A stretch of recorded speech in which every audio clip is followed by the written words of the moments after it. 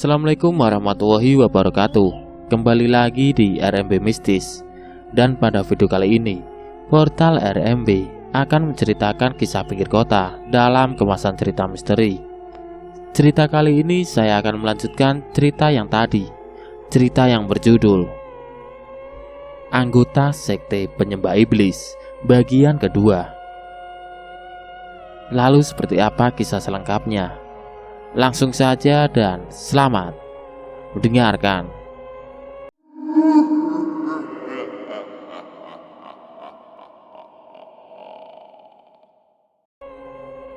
Setelah selesai mandi dan berpakaian, Ilham pun menuju ruang makan untuk bersiap makan dan sudah ditunggu oleh ibunya. "Ayo makan, Ham," ajak ibunya. "Iya, Bu," balas Ilham. Saat hendak duduk, Ilham terlupa sesuatu dan mencarinya. "Cari apa, Ham?" tanya ibunya. "Ibu lihat kunci motor gak?" tanya Ilham balik pada ibunya. "Enggak, masih di motor mungkin." "Coba kamu cek keluar," jawab ibunya. Ilham pun keluar rumah untuk mencari kunci motornya. Ilham lalu melihat kunci motornya masih menggantung di motor. "Nah, ini dia kuncinya. Untung gak ada yang maling nih motor," ucap Ilham. Saat hendak masuk kembali ke dalam rumah, Ilham melihat di depan rumahnya seperti ada bungkusan kertas. Lalu ia pun mengambilnya. "Kertas apa nih?" ucap Ilham lalu mengambilnya. Saat dibuka, ternyata di kertas itu ada tulisan. Ilham pun membacanya karena penasaran apa isinya. Saat dibaca, Ilham pun kaget melihat isinya. "Kamu mau tahu siapa saya? Kalau kamu mau tahu siapa saya, temui saya di tempat pertama kali kamu melihat saya. Kamu harus datang sendiri. Jangan beritahu yang lain.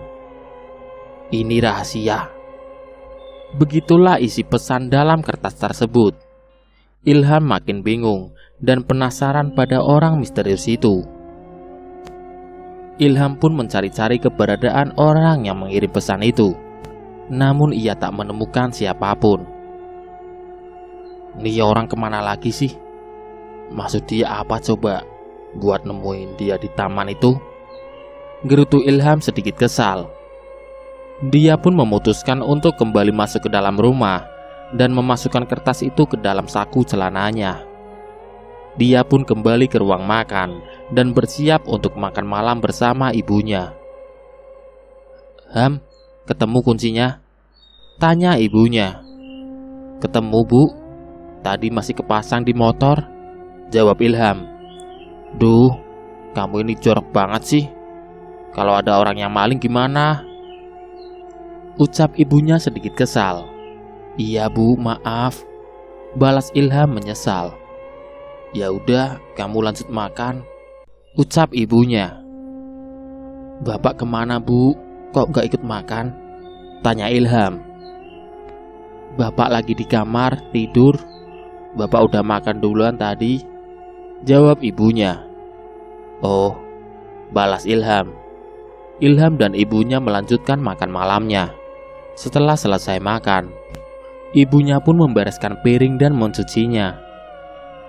"Bu, aku bantu beresin ya," ucap Ilham. "Udah gak usah, kamu ke kamar aja istirahat. Pasti kamu capek kan?" balas ibunya. "Ya udah deh, Bu, aku ke kamar dulu ya," ucap Ilham. "Iya," balas ibunya. Ilham pun masuk ke kamarnya dan beristirahat. Di dalam kamarnya, Ilham masih kepikiran tentang pesan misterius dari kertas yang ia temukan tadi. Siapa sih sebenarnya orang itu? Kok misterius banget? Ucap Ilham. Apa aku turutin aja ya kemauan dia buat temuin dia di taman? Ucap Ilham bingung. Karena merasa sudah mengantuk, Ilham pun memutuskan untuk tidur. Keesokan harinya, seperti biasa Ilham bangun pagi-pagi. Setelah bangun, Dia pun bergegas untuk mandi. Setelah selesai mandi, dia pun berpakaian rapi dan bersiap untuk sarapan terlebih dahulu sebelum berangkat kuliah. Dia pun menuju ruang makan dan bertemu ibunya di sana yang sedang mempersiapkan sarapan untuk anaknya itu. "Bu, sarapan sama apa?" tanya Ilham pada ibunya. "Ini cuma sama telur ceplok aja, gak apa-apa kan?" "Ibu lagi hemat uangnya," jawab ibunya. "Iya bu, gak apa-apa, itu juga udah cukup kok," balas Ilham. "Maaf ya Ham, kamu cuma bisa makan gini aja," ucap ibunya sambil memeluk Ilham dan sedikit menangis. "Iya bu, gak apa-apa, ibu gak usah nangis, segini juga udah cukup kok buat aku," balas Ilham menenangkan ibunya. "Makasih ya Ham, udah ngerti keadaan keluarga kita," ucap ibunya sambil melepaskan pelukannya. "Iya bu, sama-sama," balas Ilham. "Ya udah ayo makan Ham," ajak ibunya. "Iya bu," balas Ilham. Setelah selesai sarapan, Ilham pun pamit untuk berangkat kuliah pada ibunya. "Bu, aku langsung berangkat ya," ucap Ilham. "Iya, pamit dulu sama bapak ya," balas ibunya. Ilham pun mengetuk pintu kamar bapaknya dan berniat untuk pamit padanya. Tok tok tok. Ilham mengetuk pintu. "Pak, aku berangkat kuliah dulu ya," ucap Ilham. "Berangkat aja sana, gak usah pamit," bentak bapaknya. "Ya udah Ham, kamu berangkat aja sana, gak usah dimasukin hati ya ucapan bapak kamu," ucap ibunya sambil mengelus pundak Ilham. "Iya bu, aku pamit dulu ya," balas Ilham sambil mencium tangan ibunya. "Iya, hati-hati di jalan ya," balas ibunya. "Iya bu," balas Ilham. Ilham pun langsung keluar rumah dan menuju motornya. Ia pun lalu meninggalkan rumah dan berangkat menuju kampus. Sepanjang perjalanan, Ilham masih memikirkan pesan misterius yang ia terima semalam. Dia masih bingung, apakah harus menuruti pesan itu atau tidak. Dia pun sebenarnya takut pesan itu ternyata dari orang jahat dan ingin membuat dirinya dalam bahaya. Tanpa henti Ilham memikirkan hal itu sampai tidak terasa kalau dia sudah semakin dekat dengan kampus.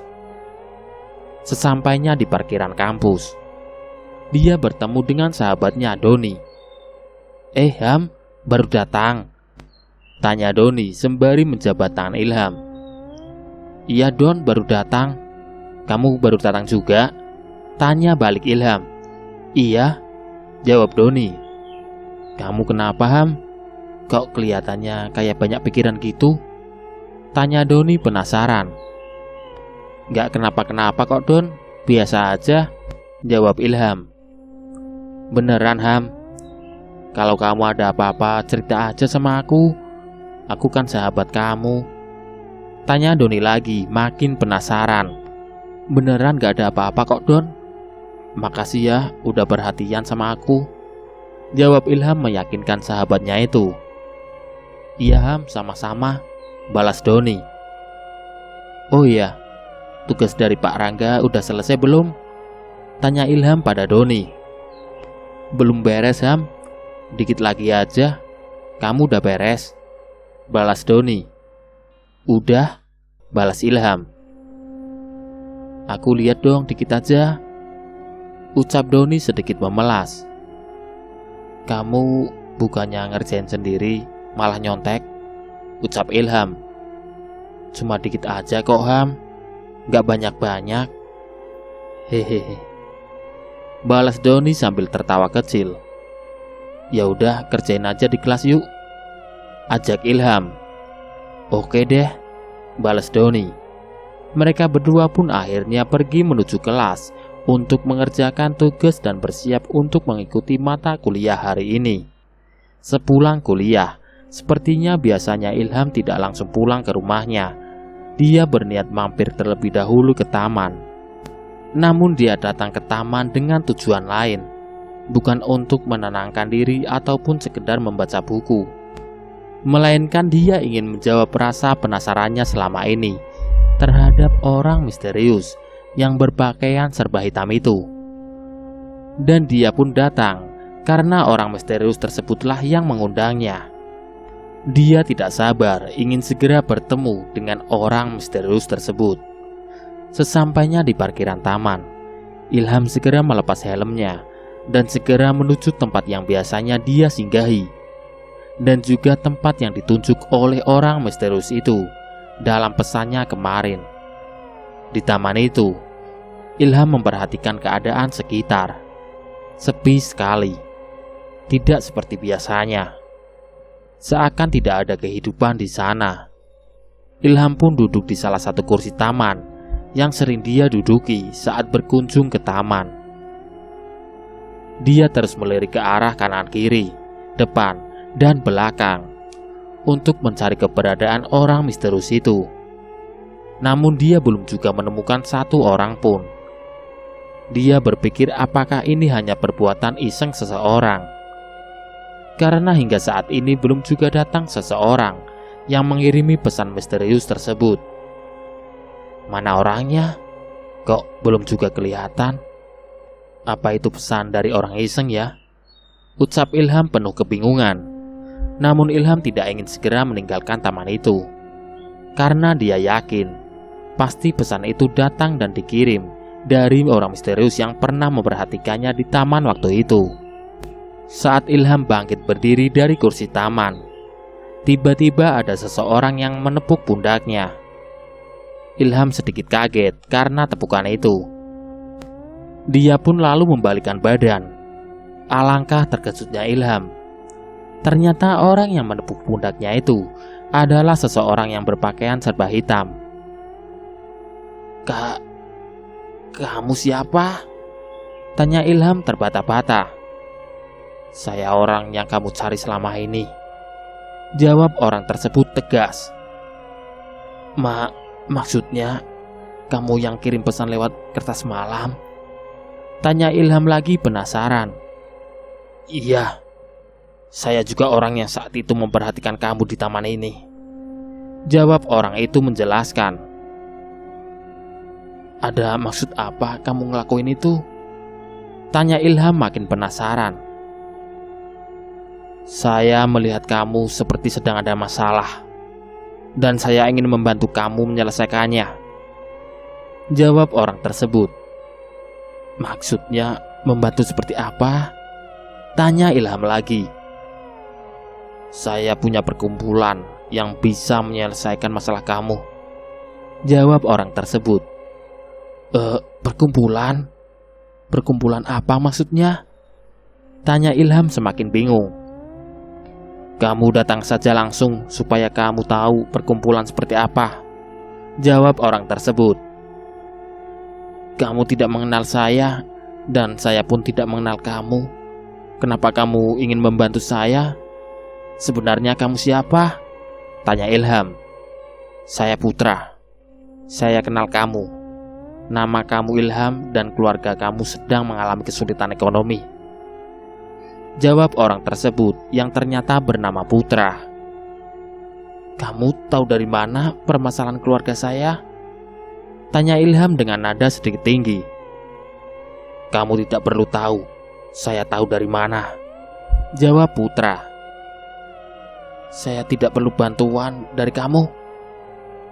Saya bisa menyelesaikannya sendiri," balas Ilham keras. "Kamu tidak perlu menolak tawaran saya. Kamu ikuti saja tawaran dari saya, supaya permasalahan kamu segera selesai," jawab Putra. "Kenapa harus saya yang kamu bantu? Kenapa bukan yang lain?" tanya Ilham bingung. "Kamu adalah orang terpilih. Tidak semua orang bisa masuk perkumpulan kami," jawab Putra. Ilham pun makin bingung dengan ucapan dari putra. "Kamu datang saja ke tempat kami. Ini alamatnya. Kamu harus datang sendiri dan jangan beritahu yang lain. Kalau kamu melanggar, kamu akan terima akibatnya," ucap putra sambil memberikan secari kertas berisikan alamat. Putra pun langsung meninggalkan taman itu ke arah belakang Ilham. Ilham masih terdiam mematung karena masih bingung oleh ucapan dari putra. Saat Ilham berbalik badan, putra sudah tidak terlihat lagi. Ilham mencari keberadaan putra, namun tidak menemuinya. Ilham pun memutuskan untuk pulang saja ke rumahnya. Sepanjang perjalanan, masih terngiang-ngiang ucapan dari putra yang mengajaknya ke perkumpulan dia. Ilham bingung apakah menurutinya atau menghiraukannya. Tak lama kemudian, Ilham pun akhirnya sampai di rumah. Dia lalu membuka pintu rumahnya dan memanggil ibunya karena dia sudah datang. "Bu, aku pulang," ucap Ilham. "Iya Ham, ibu lagi di dapur," jawab ibunya sedikit berteriak. Ilham pun masuk ke kamar untuk menyimpan tasnya. Setelah itu, dia menghampiri ibunya yang sedang berada di dapur. "Bu," panggil Ilham. Ilham udah datang," jawab ibunya. "Iya Bu," balas Ilham sambil mencium tangan ibunya. "Lagi apa Bu?" tanya Ilham. "Lagi masak Ham," jawab ibunya sambil memasak. "Masak apa Bu?" tanya Ilham lagi. "Ini masak sayuran asem. Kamu suka kan?" jawab ibunya lalu bertanya pada Ilham. "Ya Bu, aku suka," balas Ilham. "Ya udah, kamu mandi dulu sana. Udah mandi terus makan ya," ucap ibunya. "Iya Bu, aku ambil handuk dulu ya," balas Ilham. "Iya," balas ibunya. Ilham pun masuk kembali ke dalam kamarnya untuk mengambil handuk. Setelah mengambil handuk, Ilham lalu menuju kamar mandi untuk mandi. Setelah selesai mandi dan berganti pakaian, Ilham lalu menuju ruang makan untuk bersiap makan malam bersama ibunya. "Udah mateng Bu?" tanya Ilham sembari menuju meja makan. "Udah nih Ham, ayo kita makan," jawab ibunya. "Iya Bu," balas Ilham. Ilham pun mengambil piring dan mewadahi nasi, juga sayur asem yang sudah dimasak oleh ibunya. "Kamu kemana aja Ham? Kok baru pulang jam segini?" tanya ibunya penasaran. "Itu tadi di rumah temen Bu," jawab Ilham berbohong. "Oh, dari rumah teman? Ibu kira dari mana?" balas ibunya. "Hehehe, iya Bu," balas Ilham. "Oh iya Ham, tadi ibu dari rumah teman ibu," ucap ibunya. "Ngapain Bu?" tanya Ilham. "Pinjem uang buat bayar kuliah kamu, buat keperluan sehari-hari kita," jawab ibunya. "Maafin Ilham ya Bu, jadi bikin ibu susah," ucap Ilham menyesal. "Gak apa-apa kok Ham, kan kewajiban ibu buat biayain kuliah kamu," balas ibunya. "Terus nanti gimana bayarnya Bu?" tanya Ilham. "Ibu bantu-bantu di rumah temen ibu, jadi bayarannya dipotong dari gaji ibu," jawab ibunya. "Nanti Ilham bantu ya di sana," balas Ilham.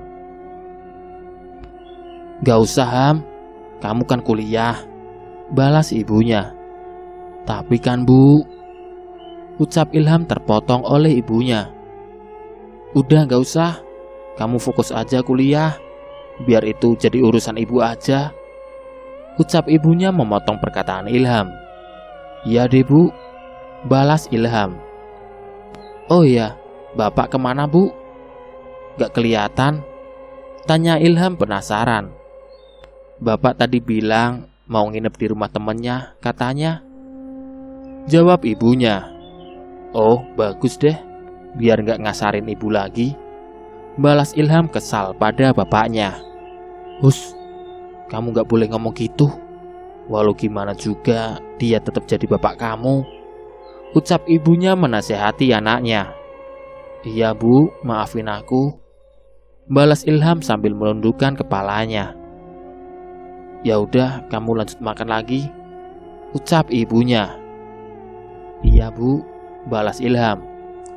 Setelah selesai makan, Ilham pun membereskan piring bekas yang ia makan. "Bu, aku cuci ya piringnya," ucap Ilham. "Gak usah Ham, kamu istirahat aja sana. Kamu pasti capek baru pulang kuliah," balas ibunya melarang.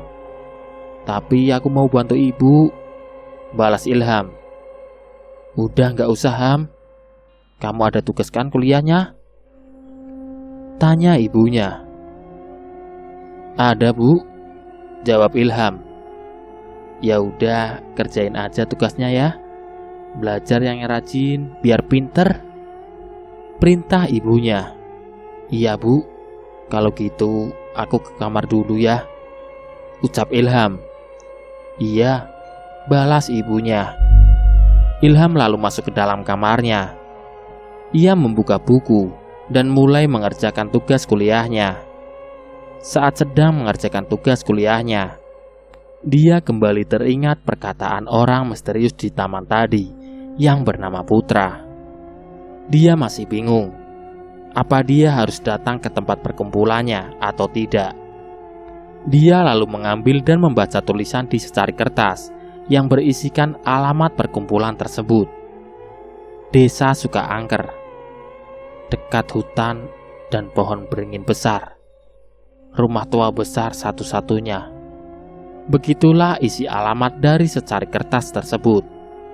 Setelah selesai membaca alamat tersebut, dia kembali teringat oleh perkataan Putra yang harus menjaga rahasia ini, dan dia harus datang ke sana sendirian. "Kenapa dia nyuruh aku datang ke sana sendiri ya?" ucap Ilham bertanya-tanya. Serahasia apa sih perkumpulan itu? Sampai cuma orang-orang yang terpilih aja yang bisa datang ke situ, dan aku gak boleh ajak yang lain, ucap Ilham makin penasaran. Ilham pun kembali mengerjakan tugas kuliahnya. Setelah selesai mengerjakan tugasnya, dia lalu membereskan bukunya dan bersiap untuk tidur. Wah, Ilham menguap. "Tidur aja lah, udah ngantuk," ucap Ilham. Dia pun lalu menaiki kasurnya, menarik selimut, dan tak lama kemudian tertidur dengan pulas. Keesokan paginya, Ilham terbangun dari tidurnya. Hari itu adalah hari libur, tidak kegiatan perkuliahan. Namun, Ilham berencana untuk pergi. Dia pergi untuk mendatangi alamat dari perkumpulan yang Putra sebut kemarin. "Aku masih aja mikirin omongan si Putra," ucap Ilham kesal. "Apa aku datangin aja ya? Penasaran juga, perkumpulan kayak gimana sih yang si Putra maksud tuh?" lanjut Ilham. Saat sedang berpikir, Ilham dikagetkan oleh suara ketukan ibunya di pintu kamarnya. Tok tok tok. Suara ketukan pintu kamar Ilham. "Ham, bangun!" teriak ibunya. "Iya bu, ini aku udah bangun," jawab Ilham. "Itu ibu udah siapin sarapannya, cepat keluar," ucap ibunya lagi. "Iya bu, sebentar," jawab Ilham. Ilham pun lalu keluar kamarnya dan menuju ruang makan. "Kamu jam segini baru bangun?" ucap ibunya agak kesal. "Hehehe, maaf bu, kemarin kecapean kuliah, jadi aku kebablasan tidurnya," jawab Ilham sambil tersenyum. "Untung kamu libur, kalau enggak udah kesiangan kamu kuliahnya," ucap ibunya lagi. "Iya bu, iya. Aku gak akan bangun siang lagi deh," jawab Ilham. Ya udah, kamu sarapan dulu, ucap ibunya sambil memberikan piring untuk Ilham. Ilham mengambil nasi dan lauk pauk secukupnya. Oh iya bu, aku hari ini mau pergi, ucap Ilham. Mau kemana? Kuliah kan libur, tanya ibunya. Ke rumah temen bu, jawab Ilham. Ngapain? Tanya ibunya lagi. Main bu, bosen kalau di rumah terus, jawab Ilham lagi. Ya boleh, tapi jangan malam-malam pulangnya, ucap ibunya memperbolehkan. Ya bu, siap, jawab Ilham semangat. Ilham dan ibunya melanjutkan sarapannya hingga selesai. Setelah selesai, Ilham menuju kamarnya untuk mengambil handuk. Dan Ilham pun lalu menuju kamar mandi untuk segera mandi. Setelah selesai mandi, Ilham melilitkan handuk pada badannya dan menuju kamarnya untuk berpakaian. Setelah berpakaian, Ilham mencari ibunya untuk berpamitan. Ternyata ibunya di luar sedang menjemur pakaian. Ilham pun menghampiri ibunya. Bu, aku pamit pergi dulu ya, ucap Ilham berpamitan pada ibunya. Iya Ham, hati-hati di jalan ya, jawab ibunya. Bapak belum pulang bu, tanya Ilham. Saat Ilham bertanya, bapaknya tiba-tiba datang. Ilham pun menghampiri bapaknya untuk berpamitan. Pak, baru pulang, tanya Ilham. Iya, jawab bapaknya ketus. Pak, aku mau pamit pergi dulu ya, ucap Ilham berpamitan pada bapaknya. Mau kemana kamu? Tanya bapaknya dengan nada sedikit tinggi. Mau main ke rumah temen pak, jawab Ilham. Nih uang buat kamu, ucap bapaknya sambil memberikan sejumlah uang. Ilham lalu menerima uang dari bapaknya. Makasih ya pak, ucap Ilham senang. Ibunya Ilham merasa aneh dengan suaminya pulang tiba-tiba membawa uang. Itu uang dari mana pak? Tanya istrinya penasaran. Udah, gak usah banyak tanya, jawab suaminya ketus. Ilham pun lalu berpamitan pada bapak dan ibunya. Pak, bu, aku pamit pergi dulu ya, ucap Ilham berpamitan pada kedua orang tuanya. Iya Ham, hati-hati di jalan ya, jawab ibunya. Iya bu, balas Ilham. Ilham pun lalu meninggalkan rumahnya dengan menggunakan motor. Ilham melajukan motornya di jalan yang tidak terlalu ramai. Sekitar 1 jam kemudian, Ilham akhirnya sampai di tempat yang dimaksud oleh putra kemarin. Dia menepikan motornya di depan bangunan besar dan satu-satunya. Sesuai yang disampaikan putra, Ilham melihat bangunan besar yang kelihatannya sudah tua dan terlihat menyeramkan. Sebuah bangunan tunggal di daerah tersebut, ditemani pohon-pohon besar di sekitarnya. Karena memang bangunan itu terletak di dekat hutan yang angker, Ilham mencari-cari keberadaan putra di sana. Namun dia tidak menemukan siapapun. Di sana tampak sepi. Tidak terlihat satu orang pun di sana. Tidak terlihat ada aktivitas apapun. Hanya suasana sepi dan menyeramkan yang terasa olehnya. Duh, sepi banget nih. Bener gak sih ini tempatnya? Ucap Ilham bertanya-tanya.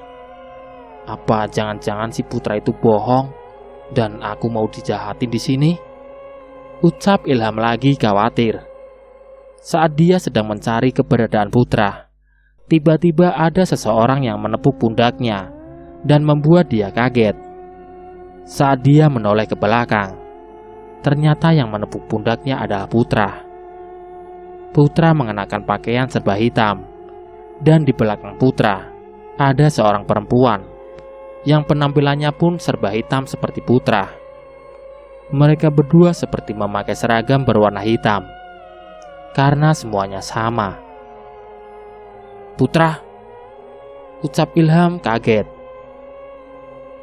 "Kamu tidak perlu kaget dan takut," ucap Putra. "Dia siapa?"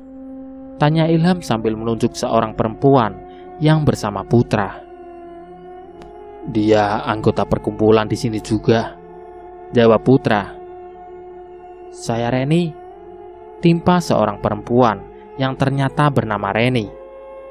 "Saya Ilham," balas Ilham. "Kamu harus di sini sampai besok pagi. Akan ada upacara penyambutan anggota baru untuk kamu," ucap Putra. "Aku akan telepon ibu dulu buat ngasih kabar," jawab Ilham. Ilham mencari kontak ibunya dan mengabari ibunya. "Halo Bu," ucap Ilham mengawali pembicaraan. "Iya Ham, ada apa?" tanya ibunya. "Aku mau minta izin Bu, kalau aku pulangnya besok pagi," jawab Ilham. "Kenapa Ham? Kok besok pagi?" tanya ibunya penasaran. "Aku mau nginep di rumah teman, sekalian ngerjain tugas Bu, soalnya lagi banyak tugas," jawab Ilham. "Ya udah, hati-hati ya," ucap ibunya. "Iya Bu," balas Ilham, lalu menutup teleponnya. "Ayo kita masuk," ajak Putra pada Ilham dan Reni. Mereka bertiga pun masuk ke dalam bangunan yang besar, tua, dan menyeramkan tersebut. Portal RMB. Itulah tadi cerita yang berjudul Anggota Sekte Penyembah Iblis. Nantikan cerita kelanjutannya di konten berikutnya. Sekian. Wassalamualaikum warahmatullahi wabarakatuh.